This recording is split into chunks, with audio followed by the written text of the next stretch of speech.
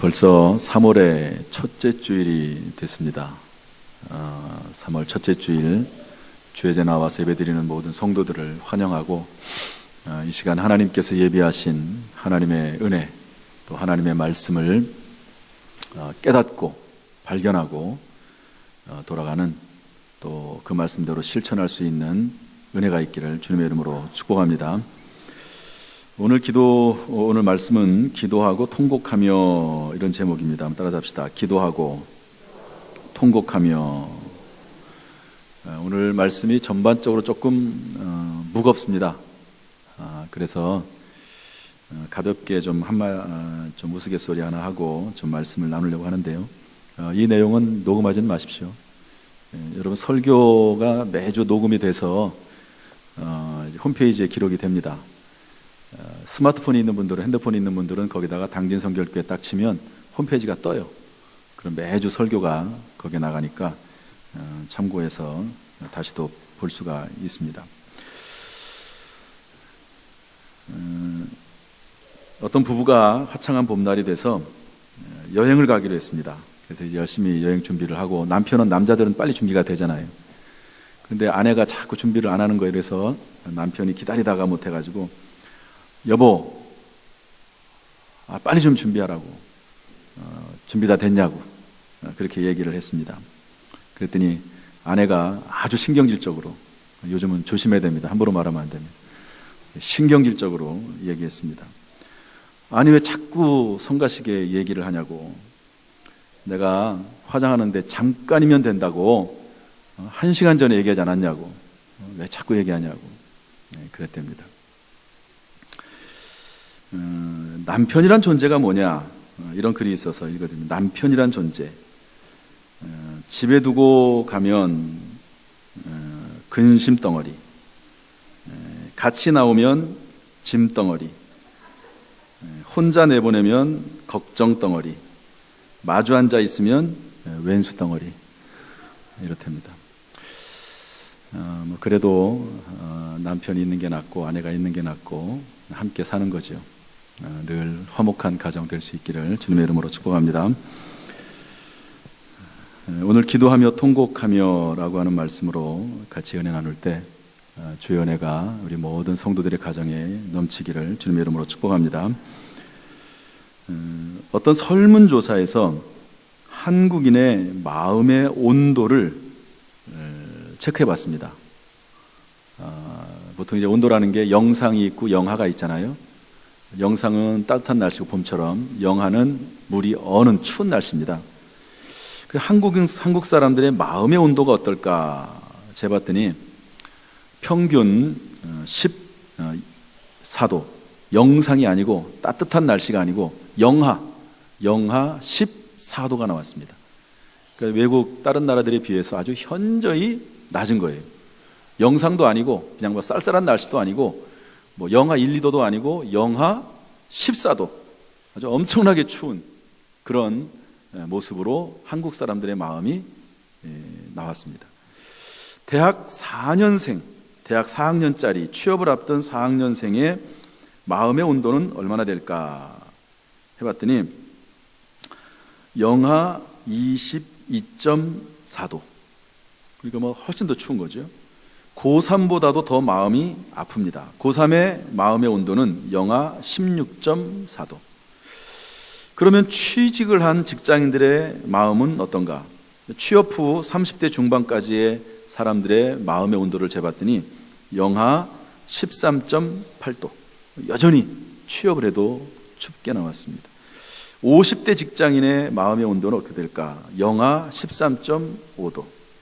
그러면 그렇다고 치더라도, 그러면 앞으로 미래는 어떻게 될 것인가?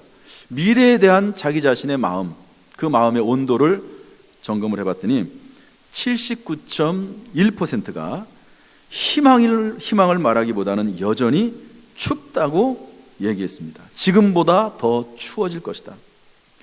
다시 말해서 한국 사람들은 현재에 대해서, 그리고 미래에 대해서 낙심과 절망이 팽배해 있다는 거죠. 제가 우리 한국 사회를 봐도 정말 그런 면이 많습니다. 미국이나 유럽이나 또 거기 가보거나 또 이렇게 얘기를 들어보면요, 그 그런 지역들은 참 여유가 있어요. 그래도 여유가 있습니다. 우리나라는 밤이 돼도 여전히 바쁘고 일하고 분주하고 그런데요. 그런 지역들은 이제 밤이 되면 다 이제 일반 직장 생활은 다 멈추고 다 가정으로 돌아갑니다. 그래서 가정에서 자녀들과 함께하고 또 아내와 함께하고 남편과 함께하고 또 그리고 이제 집안일하고 이제 그런 일을 하거든요. 제 친구 하나가 독일에 이제 독일의 대사관에 이제 근무하는 친구 하나가 있습니다. 아직 그때가 우리나라가 토요일 날 근무가 있었던 때, 그러니까 5일 근무제가 아닌 때인데요. 제가 야, 너 토요일 날은 뭐 하냐? 물어봤어요. 그랬더니 독일 유럽 지역이죠. 토요일 날은 뭐 하냐? 그랬더니 토요일 날은 집안일 한대요. 토요일 날은 그냥 집에서 집에 돌보고 아내들 돌봐주고 같이 아내랑 같이 어울리고 같이 밥 먹고 일반적으로 이 독일 사람들, 유럽 사람들이 그냥 그렇게 보내는 겁니다. 상당히 가정적이고 그리고 삶의 여유를 누리고 살고 있습니다. 그런 한국 사람들은 참 마음이 분주합니다. 이런 책이 있습니다. 익숙한 절망, 불편한 희망이라고 하는 책이 있습니다. 이 책은 영국 사람이 쓴 책입니다. 이코노미스트지라고 이제 영국 잡지인데요. 이 이코노미스트지의 서울 특파원으로 온 영국 사람이 한국에 살면서 한국 사회와 한국 사람들에 대해서 쓴 글이 익숙한 절망, 불편한 희망이라고 하는 책입니다. 그러니까 한국 사람들이 절망에 너무 익숙해졌다는 거죠. 그리고 희망이라고 하는 것은 불편하다는 거예요. 희망이 불편하다는 거, 오히려 엄청난 피로감과 무기력감에 사로잡혀 있다 하는 겁니다. 그 책을 소개한 글에 보면 이런 내용이 있습니다. 절망도 익숙해지면 몸의 일부가 된다. 기다려도 오지 않는 희망은 불편하다. 희망 고문을 당하느니 차라리 편안한 절망을 택하는 편이 나을지 모르겠다. 아무리 희망을 기다려도 희망은 오지 않고 계속 절망의 연속. 그러니까 차라리 절망을 택하겠다. 그런 내용입니다. 그런데 그 저자는 마지막에 이렇게 제안을 합니다. 한번 따라서 합시다. 기다려도 오지 않는 희망이라면 기다리지만 말고 우리가 직접 오게 하면 되지 않을까요? 이분이 한국 사회를 그렇게 부정적으로, 그리고 한국 사회가 정말 희망이 없는 사회로 그렇게 진단을 하면서도 뭐라고 제안을 하냐면, 희망이 오기만을 기다리지 말고 내가 희망을 한번 만들어가면 어떻겠느냐, 이렇게 영국 사람이 한국인에게 그리고 한국 사회에 제안을 했습니다. 오늘 성경 이야기에 나오는 한나라고 하는 사람이, 여자가 나오는데요. 이 한나의 마음이 너무 춥습니다. 다 너무 추워요. 그리고 절망에 익숙해 있고, 그리고 희망이 없는 것 같은 그런 상황에 처해 있습니다. 우리 한나의 상황을 한번 살펴보도록 할까요? 우리 2절 말씀 한번 보도록 하겠습니다. 2절 다 같이 시작. 그에게 두 아내가 있었으니 한 사람의 이름은 한나요, 한 사람의 이름은 브닌나라. 브닌나에게는 자식이 있고 한나에게는 자식이 없었더라. 한나에게는 자식이 없어요. 여러분, 오늘하고 좀 다르겠죠. 이 당시에는 아들이 곧 힘입니다. 아들이 곧 희망이에요. 그런데 아들이 없어요. 그런데 둘째 부인은, 요즘 일부 일체제지만 이때는 일부 다처제니까 그 둘째 부인이 있는데 아들이 있어요. 그것 때문에 늘 마음이 힘들었습니다. 왜 나는 아들이 없나? 그 다음에 두 번째로 우리 6절 말씀 읽어보겠습니다. 6절 다 같이 시작. 여호와께서 그에게 임신하지 못하게 하심으로 그의 적수인 브닌나가 그를 심히 격분하게 하여 괴롭게 하더라. 둘째 부인이 계속 괴롭게 하는 거예요. 자기는 아들이 있다고. 7절 말씀 읽어보겠습니다. 7절 시작. 매년 한나가 여호와의 집에 올라갈 때마다 남편이 그같이 하매 브닌나가 그를 격분시키므로 그가 울고 먹지 아니하니. 남편이 아내에게 참 잘해줬어요, 한나에게. 그런데 그러면 그럴수록 둘째 부인은 더 시기가 나는 거죠. 왜 남편이, 나는 아들인데도 불구하고 나를 사랑해주지 않고 왜 첫째 부인만 사랑해주는가? 그래가지고 오히려 아들이 있다고 그러면서 이 본부인을 괴롭히고 힘들게 하고 어렵게 하고, 그랬더니 너무 힘들어가지고 적분시킴으로 울고 먹지 않았다. 먹고 싶은 마음이 하나도 없는 거예요. 먹고 싶은 모든 만사가 귀찮고 싫고 살고 싶지 않고 그랬다는 겁니다. 더구나 15절 말씀 읽어보겠습니다. 15절 다 같이 시작.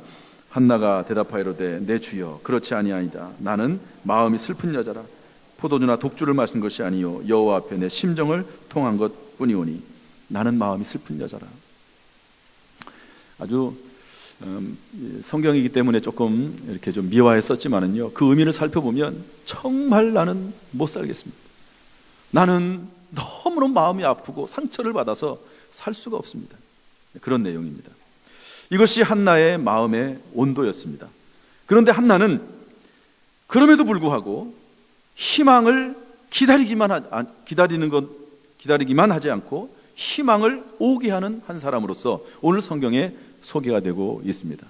혹시 우리 가운데 절망과 낙심과 그리고 아픈 상처와 쓰라림이 있다고 하면 이 시간에 그것을 가지고 나에게 좋은 일이 생기겠지, 그리고 기다리는 것 그것만이 아니라 내가 하나님 앞에 하나님을 통해서 희망을 오게 하는 그런 믿음, 그런 마음, 그런 모습을 오늘 성경을 통해서 좀 발견하려고 합니다.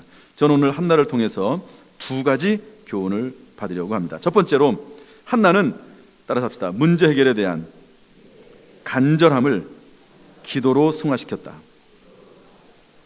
우리 10절 11절 말씀 한번 읽어보겠습니다. 본문 말씀 다 같이 시작.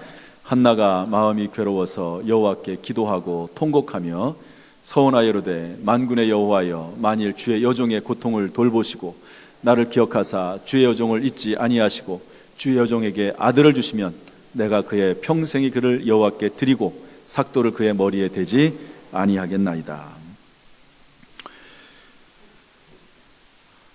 여기 기도하고 통곡했다고 되어 있습니다.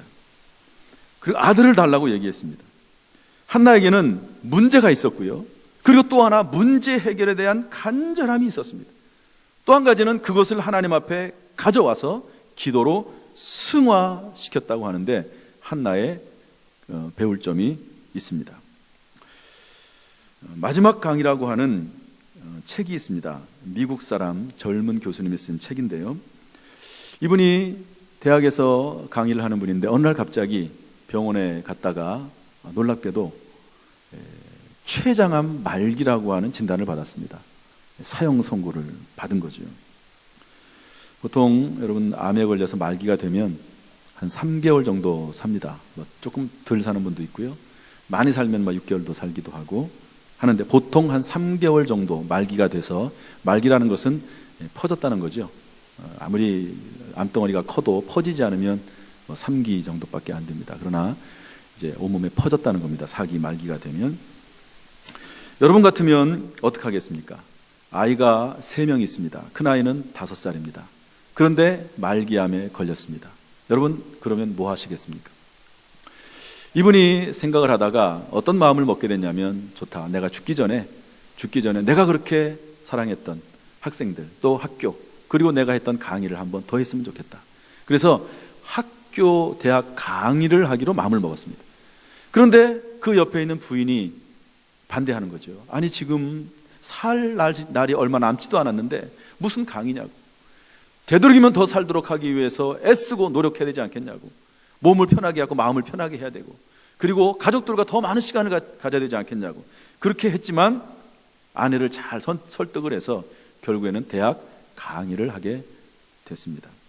시한부 인생을 사는 젊은 교수의 마지막 강의 내용, 뭐라고 강의를 했을까? 이런 내용이 강의 중에 나옵니다. 들어보시죠.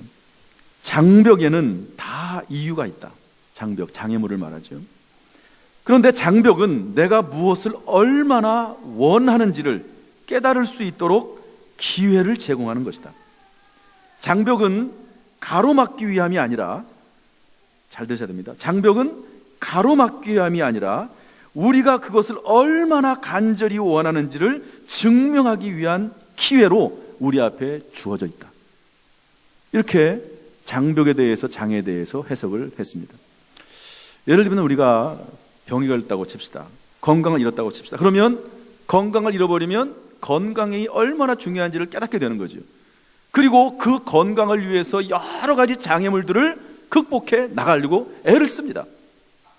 내가 얼마나 건강을 간절히 원하는지 알 수 있는 거지요. 그 건강에 대한 장애물들이 그런 마음을 확인하게 만들어줍니다. 이 책에 대해서 어떤 칼럼니스트가 요약을 해서 글을 썼는데 이렇게 썼습니다.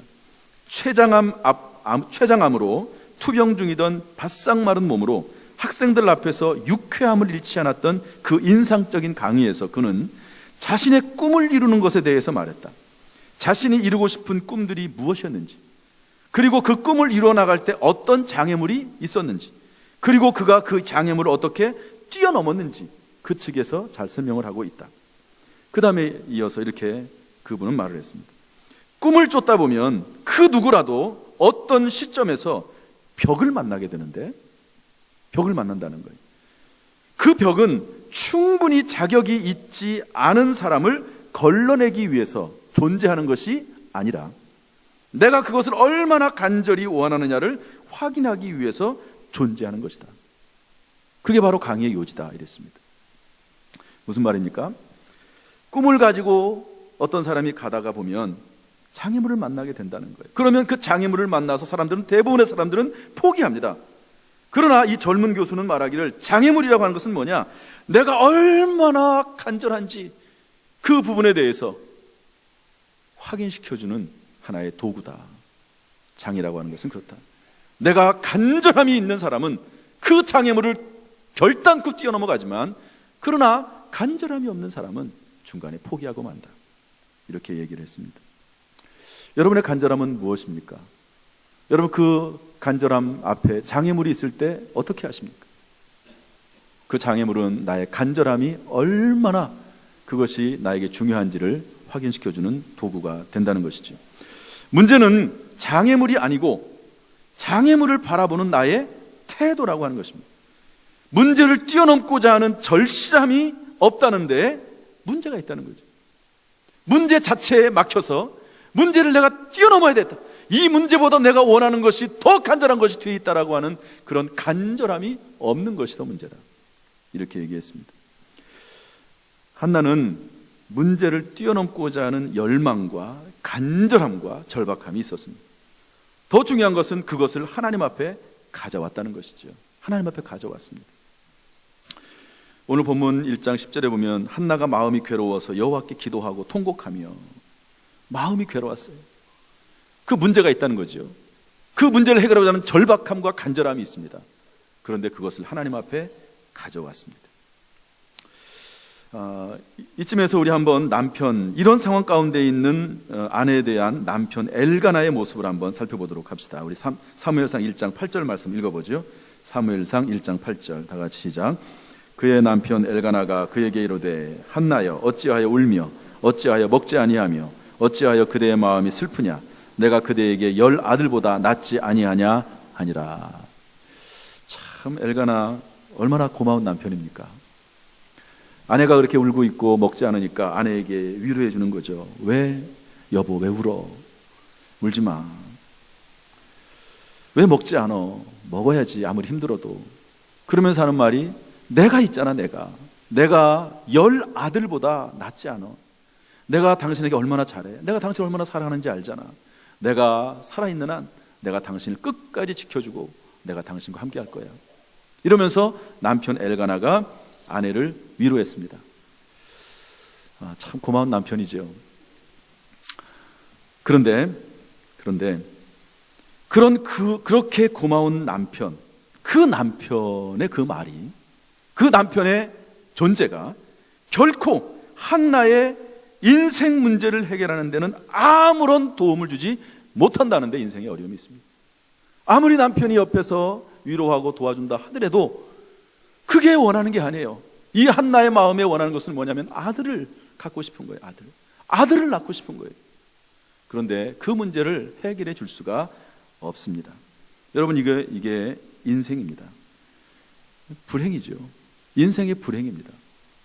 아무리 주변에 사람이 좋은 사람이 많아도, 남편이 있고 아내가 있어도 내 속에 있는 절박한 문제, 인생의 문제, 근본적인 문제를 해결해 줄 수 없다는 것, 이것이 인생의 문제입니다. 아까 말씀드렸던 마지막 강의에 가슴 아픈 대목이 나옵니다. 그 젊은 교수 이름이 랜디 포쉬라고 하는 교수인데요, 이런 말을 했습니다. 나는 의사들에게 그들이 어떤 수술 무기를 들이댄다고 해도 기꺼이 견딜 것이며, 약품 선반에 올려져 있는 어떤 약을 나에게 준다 해도 다 삼켜버릴 의향이 있습니다. 왜냐하면 나에게는 목표가 있기 때문입니다. 나는 아내와 아이들을 위해 할 수 있는 한 오래 살고 싶습니다. 나에게는 목표가 있습니다. 아내와 아이들과 가족들과 오래 살고 싶습니다. 그러므로 나는 어떤 수술을 한다 해도 난 다 받아들일 것이고, 어떤 약을 먹으라고 해도 다 삼켜버릴 것입니다. 나는 목표가 있습니다. 그렇게 이야기를 했다는 것이죠. 이 젊은 교수의 절박함이 느껴집니다. 그러나 이 교수는 죽습니다. 그렇게 소원이 있고 간절함이 있고 꿈이 있어도 죽습니다. 이게 인생이죠. 따라서 우리는 인생의 가장 절박하고 근본적인 문제를 만났을 때 인간을 찾아가기보다는 그 절박함을 가슴에 품고 한나처럼 하나님을 찾아가서 기도로 승화해야 합니다. 사람이 전혀 의미가 없다는 게 아니에요. 여러분 주변에 사람이 있고 위로해준다는 것은 참 좋은 일입니다. 여러분들에게 좋은 사람들이 주변에 많을 수 있기를 주님의 이름으로 축복합니다. 그러나 사람이 줄 수 있는 위로가 있고, 사람이 아무리 옆에서 위로를 해줘도 할 수 없는 그런 근본적인 문제가 있습니다. 그때 우리는 하나님 앞에 찾아가서 기도로 승화해야 한다 하는 것이죠. 우리 시편 63편 1절의 말씀을 한번 살펴보겠습니다. 다 같이 읽지요. 시작. 하나님이여, 주는 나의 하나님이시라. 내가 간절히 주를 찾되 물이 없어 마르고 황폐한 땅에서 내 영혼이 주를 갈망하며 내 육체가 주를 앙무하나이다. 우리 인생의 가장 큰 문제가 무엇입니까? 이런 절박함이 없다는 거예요. 내가 간절히 주를 찾되 물이 없어 마르고 황폐한 땅에서 내 영혼이 주를 갈망하듯이 내가 주님을 찾습니다. 이런 갈망, 이런 간절함, 그리고 하나님 앞에 가져오지 않는다는 것, 이것이 인생의 문제입니다. 하나님이 나를 떠나서는 나는 살 수 없습니다. 하나님이 나를 버리시면 내 인생은 끝입니다. 하나님이 나를 도와주지 않으시면 나는 망합니다. 죽습니다. 장벽이 내 앞을 가로막고 있고 그 장벽을 내가 뛰어넘어야 하는데 하나님 나로서는 할 수 없습니다. 하나님이 함께 하셔야만 합니다. 지혜와 능력을 주셔야만 합니다. 은혜를 베풀어 주셔야만 합니다. 하나님 역사해 주옵소서. 이런 간절함과 하나님 앞에 가져오는 믿음이 필요한 것이죠. 내일부터 시작되는 특별 새벽 기도를 열면서 저는 이 말씀을 여러분에게 의도적으로 전합니다. 여러분에게 어떤 문제가 있습니까? 여러분 그 문제에 대한 절박함과 간절함이 있습니까? 여러분 한나처럼 참으로 하나님께 나아가는, 그리고 하나님을 붙잡는 그런 마음과 그리고 믿음과 그리고 하나님을 향한 사랑이 있기를 주님의 이름으로 축복합니다. 두 번째로, 한나는 그 문제를 하나님과 심정을 나누는 도구로 승화시켰습니다. 이것이 한나에게 배울 수 있는 두 번째 교훈인데요, 우리 15절 말씀 읽어보겠습니다. 15절 시작. 한나가 대답하이로되 내 주여 그렇지 아니하니이다. 나는 마음이 슬픈 여자라. 포도주나 독주를 마신 것이 아니요 여호와 앞에 내 심정을 통한 것뿐이오니. 절 보시죠. 한나가 이제 성전에 와서 남편과 함께 성전에 와가지고 예배당에 온 겁니다. 그래서 하나님 앞에 기도를 하는데 너무 마음이 슬퍼요. 그러나 기도 제목 자체가 조금 부끄러워요.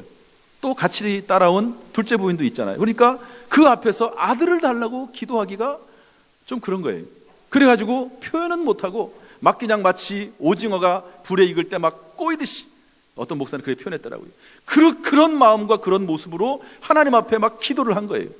그랬더니 마침 그것을 바라보는 엘리 제사장, 그 당시에 영적 지도자인 엘리 제사장이 그걸 봤어요. 그러면서 본 순간, 아, 이 여자가 술 먹었구나. 대낮부터 여자가 술 먹고 예배당에 와가지고 뭐 하는 짓이냐고. 그러면서 따끔하게 얘기합니다. 술 끊어. 도대체 뭐 하는 거야, 대낮부터 예배당에 와가지고. 그렇게 얘기를 했습니다. 그랬더니 한나가 그 말을 받아서 하는 말이, 나는 술 먹은 게 아닙니다. 나는 마음이 슬픈 여자입니다. 너무 하나님 앞에 원통하고 너무 마음이 아프고 슬퍼서 하나님 앞에 기도한 겁니다. 그렇게 이야기한 거죠. 그러면서 하는 말이 뭐냐면, 여호와 앞에 내 심정을 통한 것뿐이오니, 이렇게 말합니다. 내 심정을 통한 것뿐이오니. 여러분, 성경 원어로 보면, 히브리어로 보면 심정을 통하다는 말이 어떤 의미냐면 자신의 상하고 찢긴 마음을 하나님 앞에 다 쏟아놓는 걸 말합니다. 그 마음을 하나님 앞에 다 내려놓는 거예요. 그 상한 마음을 사람에게 가져가지 아니하고 하나님 앞에 가져가서 다 쏟아놓는 겁니다. 마치 다윗이 했던 것처럼, 여러분, 다윗이 사울 왕에게 쫓겨 도망다니잖아요. 그때 사울 왕을 죽일 기회가 있지만 죽이지 않습니다. 그러나 그 마음이 너무너무 상하고 힘들고 고통스럽고 어려워서 하나님 앞에 그 기도를 가지고 와서 기도합니다. 저주기도 하지요. 하나님, 사울 왕이 나를 쫓아다니며 죽이려고 합니다. 그러면서 하나님 앞에 기도하는데요, 저주기도를 해요. 하나님, 그가 편히 죽지 않게 하시고 그의 자녀들이 고아가 되게 하시고 그의 아내는 과부가 되게 하시고, 무시무시한 기도를 합니다. 그의 재산이 다 날아가게 하시고 막 그렇게 기도를 해요. 그 상한 심령과 마음을 하나님 앞에 가지고 와서 쏟아붓는 거죠. 따라서 한나의 기도는 뭡니까? 하나님 앞에 심정을 토해 놓는 거예요. 심정을. 저는 이제 어렸을 때, 초등학교 때 방학만 되면 시골에 갔습니다. 고속버스를 타고 시골에 왔다 갔다 하는데요, 그때 영양이 좀 안 좋아서 그런가 봐요. 제가 코를 얼마나 많이 흘렸는지 모르겠어요. 근데 꼭 멀미를 합니다. 그럼 멀미를 하면은 이제 막 속에 먹은 걸 다 토해 놓죠. 막. 그럼 별의별 게 막 다 나와요. 거기서 뭐 라면을 먹으면 라면 뿌른 것도 나오고, 뭐 콩나물 대가리도 나오고, 막 그러잖아요. 오바이트 하는 거죠. 그런데 그 표현입니다. 하나님 앞에 나와서 내 심정을 통한다는 말이 뭐냐면 하나님 앞에서 내 모든 것을 다 토해 놓는 거예요. 만약에 내가 음식물을 먹고 토해 놓을 때 모든 것이 나오듯이 하나님 앞에 내 마음속에 있는 상처와 쓰라림과 아픔이나 이런 것들을 사람에게 가져가지 아니하고 하나님 앞에 다 토해 놓는 겁니다. 다. 여러분, 하나님 앞에 토해 놓습니까? 여러분, 사람 앞에 토해 놓습니까? 아니면 하나님 앞에 토해 놓습니까? 하나님 앞에 토해 놓으라는, 하나님 앞에. 한나는 하나님 앞에 그 감정을, 묵은 감정을, 아픈 감정을 다 쏟아 놓았다고 하는 겁니다. 그랬더니 엘리 제사장이 축복합니다. 17절에. 그리고 그 축복의 말을 듣고 18절에 보니까 마음에 평안과 확신이 옵니다. 다시 근심하지 않았다고 되어 있습니다. 그리고 나서 19절에 이런 일이 생기게 되는데, 우리 19절 말씀 읽어보겠습니다. 다 같이 읽죠. 시작. 그들이 아침에 일찍이 일어나 여호와 앞에 경배하고 돌아가 라마의 자기 집에 이르니라. 엘가나가 그의 아내 한나와 동침하며 여호와께서 그를 생각하신지라. 하나님이 생각하신 거예요. 여러분, 기도응답이라는 게 다른 거 없습니다. 우리는 단지 하나님 앞에 나의 원통함과 아픔과 슬픔과 상처와 쓰라림을 다 토해놓는 겁니다. 하나님은 그걸 보고 불쌍히 여기는 거예요. 불쌍하다, 안 됐다. 그러면서 하나님이 그를 헤아려 주는 거, 이게 기도입니다. 이게 기도 응답이라고 볼 수가 있습니다. 하나님 앞에 심정을 통했더니 하나님께서는 한나의 마음을 헤아려 주셨습니다. 여러분, 여기서 우리가 알아야 될 것은 뭐냐면요, 떡 하나 얻는 것이 기도가 아니라는 거예요. 물론 한나는 아들을 얻었어요. 그러나 그것이 문제가 아니에요. 하나님 앞에 내 안에 있는 상처, 슬픔, 쓰라림, 아픔을 다 토해놓고 하나님으로부터 헤아림을 받고 위로를 받았다고 하는 것, 이것이 중요한 것이지, 아들을 내가 떡 하나 얻듯이 쟁취한 거, 이게 기도 응답이 아닙니다. 그건 하나님이 주시는 선물이죠. 우리는 이 내용을 통해서 기도의 접근법을 배울 수 있습니다. 한나의 기도, 하나님 앞에 심정을 통하는 것이 기도입니다. 하나님 앞에 내 원통하고 절박한 마음을, 하나님께서 내 마음을 알아주실 것이다, 그런 마음으로 하나님 앞에 나가는 것이 하나님께 기도하는 접근법이라고 볼 수 있습니다. 한나의 기도에 대해서 우리가 조금 더 살펴볼 내용이 하나가 있는데요, 그건 뭐냐면 이 내용입니다. 한번 우리 11절 말씀을 다시 읽어보겠습니다. 11절 다 같이 시작. 서원하여 이르되 만군의 여호와여, 만일 주의 여종의 고통을 돌보시고 나를 기억하사 주의 여종을 잊지 아니하시고 주의 여종에게 아들을 주시면 내가 그의 평생에 그를 여호와께 드리고 삭도를 그의 머리에 대지 아니하겠나이다. 하나님 앞에 간절히 자기의 원통함을 얘기를 했더니 하나님이 기도를 들으시고 헤아려 주셨어요. 기도는 뭡니까? 내 심정을 하나님 앞에 아뢰는 가운데 하나님 나를 헤아려 주시는 게 기도입니다. 그런데 한나의 기도는 어떤 게 있냐면요, 하나님 아들을 주시면 제가 그 아들을 하나님 앞에 드리겠습니다. 그런데 어떻게 드린다고요? 삭도를 그의 머리에 대지 아니하겠나이다. 이것은 나시린으로 드린다는 겁니다. 나시린은 하나님 앞에 거룩해서 구별되게 하나님의 사람으로 하나님 앞에 드리겠다는 겁니다. 무슨 얘기냐면 하나님 요즘 마음이 많이 아프시죠? 이 당시가 얼마나 사회적으로 부패한 사회고 종교적으로 부패한 사회인지 모릅니다. 사람들이 우상 숭배를 하고 양다리 걸치고 하나님과 우상 숭배, 경제와 사회적으로 부패했고 도덕적으로 타락해 있고 율법을 떠났고 하나님 말씀을 버리고 그리고 자기 소견대로 행하는 거예요. 자기 뜻대로 자기 생각대로 자기 감정대로 행하고 나서 그게 하나님의 뜻이라는 거예요. 하나님의 마음이 너무너무 아픕니다. 그런데 하나님, 제가 정말로 하나님을 잘 섬겨드리고 하나님을 믿는 그런 아들로 제가 만들겠습니다. 그런 아들로 하나님 앞에 드리겠습니다. 하나님의 마음을 헤아려 드린 겁니다. 단순한 기도가 아니에요. 내 소원만 아뢰는 기도가 아니고 하나님의 마음을 헤아려 드리는 기도를 드렸습니다. 따라서 기도는 뭡니까? 하나님은 나의 아픔과 상한 마음을 헤아려 주시고 나는 이 시대를 향한 하나님의 상한 마음을 헤아려 드리는 것. 여러분, 우리도 위로를 받아야 되지만 하나님도 위로를 받아야 돼요. 하나님도 위로를 받아야 됩니다. 왜? 너무너무 하나님의 백성들이 하나님 말씀대로 안 살아요.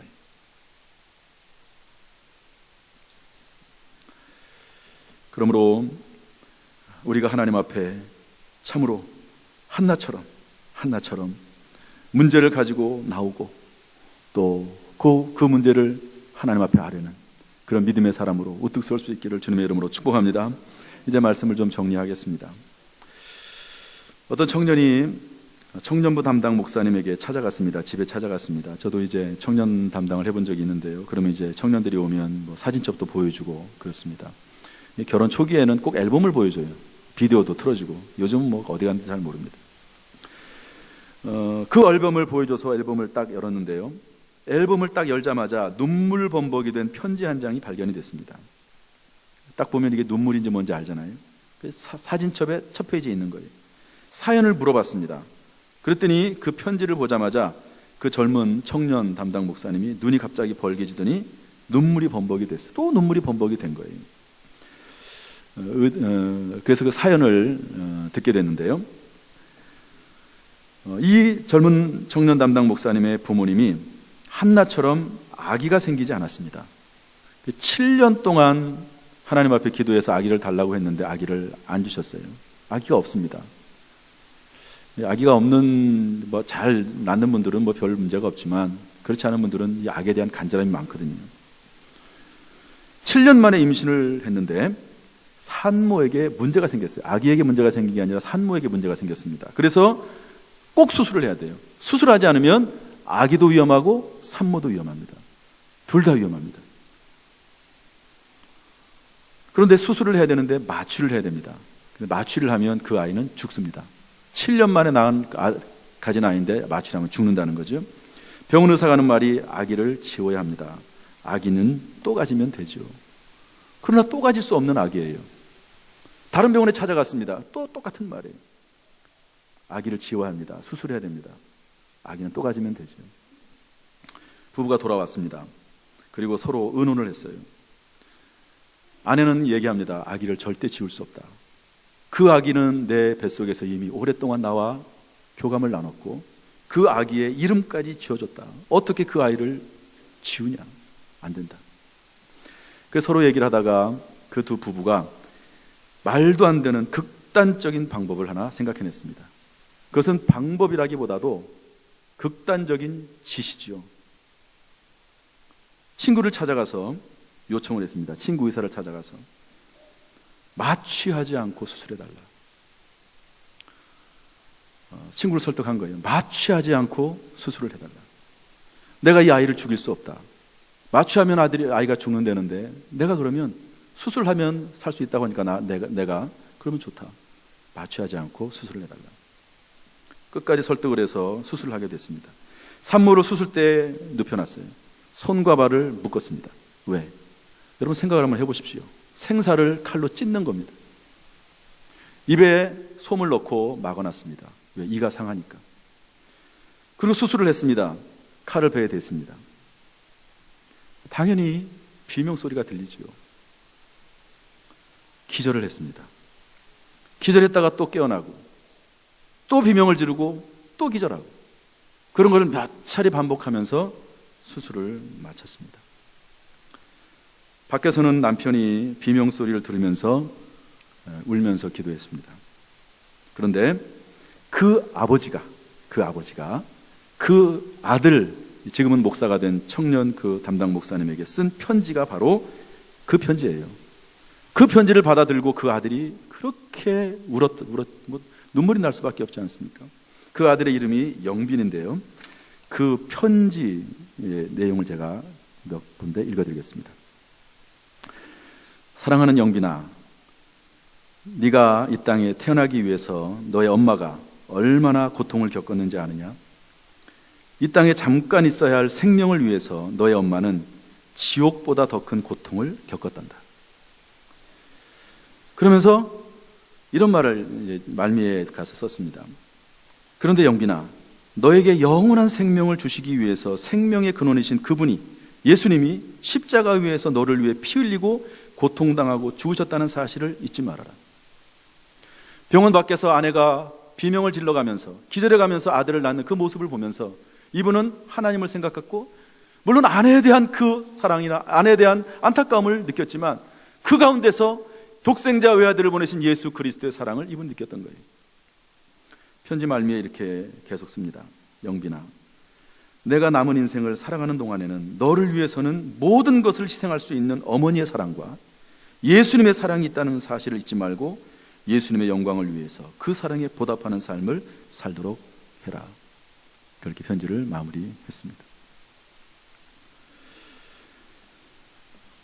여러분, 우리에게는 예수님의 사랑이 있습니다.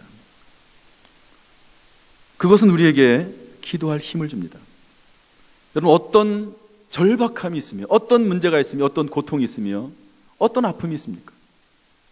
한나보다도 더 심한 아픔과 고통이 있을 수도 있을 것입니다. 그러나 예수 그리스도의 사랑은 우리에게 기도할 힘을 주고 용기를 주고 희망을 주고 죽지 않고 살게 할 수 있는 그런 희망이 되는 줄로 믿습니다.